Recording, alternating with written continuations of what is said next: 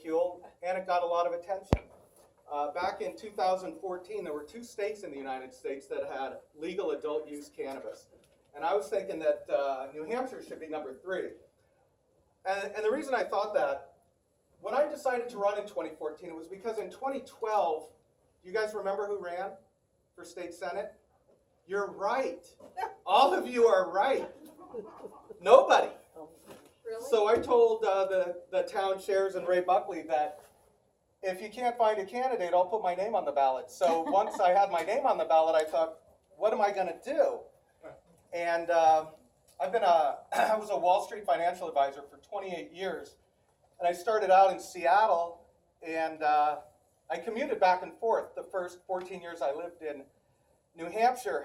And so after this campaign, I was giving a speech at a national cannabis organization festival, and some guy greeted me when I came off stage and said, hey, you want to start a business? You want to start a venture capital fund? You're a Wall Street guy. Come on, you want to do it? I'm thinking, huh. Well, on April 20th, 2016, I started my own investment company in cannabis, legal cannabis companies. So now I've been commuting to the West Coast because it's not legal in our state. In the last 2 years, I've traveled around the country. I've been to 17 different conventions for legal cannabis companies. I have personally spoken with, at conventions or on the phone, more than 740 legal cannabis companies in the United States. I've actually gone out to visit 93 of those in 5 different states. This is a real industry, folks, and we're missing it. And I wonder why. The laboratory of the states is working. I mean, why wouldn't we want to have new laws that would get a lot of people out of jail or prison for minor marijuana possession? Why wouldn't we want to have a law in this state that would allow a new industry that's already thriving in other parts of the country to come in here and create jobs, give teenagers and people in their early 20s opportunities in the marketplace?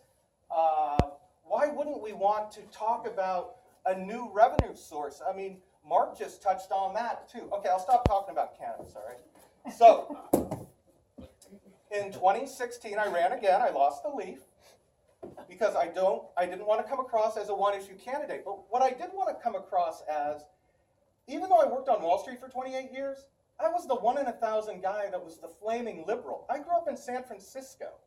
And that kind of system works. You know, liberal policies work. And so what I'm trying to do is say it's okay to say that we're liberal and we have liberal policies and we like them. You know why? Because most of the people agree with us. They're just not coming out and voting with us.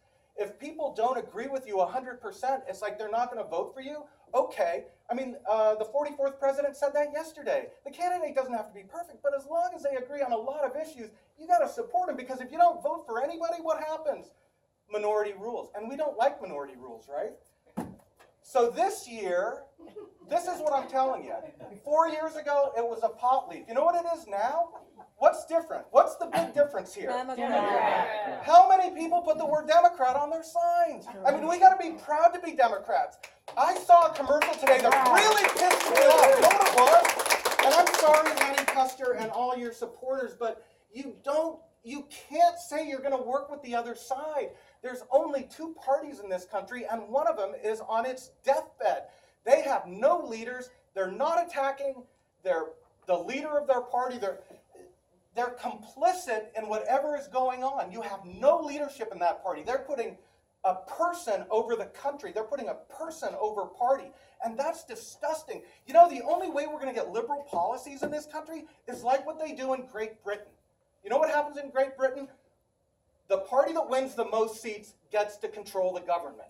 The only way we're going to get our policies, we're not going to work with the Republicans because they're not going to work with us. These are going to be Trump people. They are so far out on the fringe, they're not going to work with us. The way we win is to have majorities in the executive branch, the executive council, the state senate, the state house. That's how you win. Be optimistic. Be offensively optimistic. We've got to go out and say, we're Democrats. We support a woman's right to choose. We support equal pay for equal work. We support a living minimum wage. And you know what? Oh, I dropped it. But you know what? Weed's not all that bad. You look at what's happening in Colorado and Washington.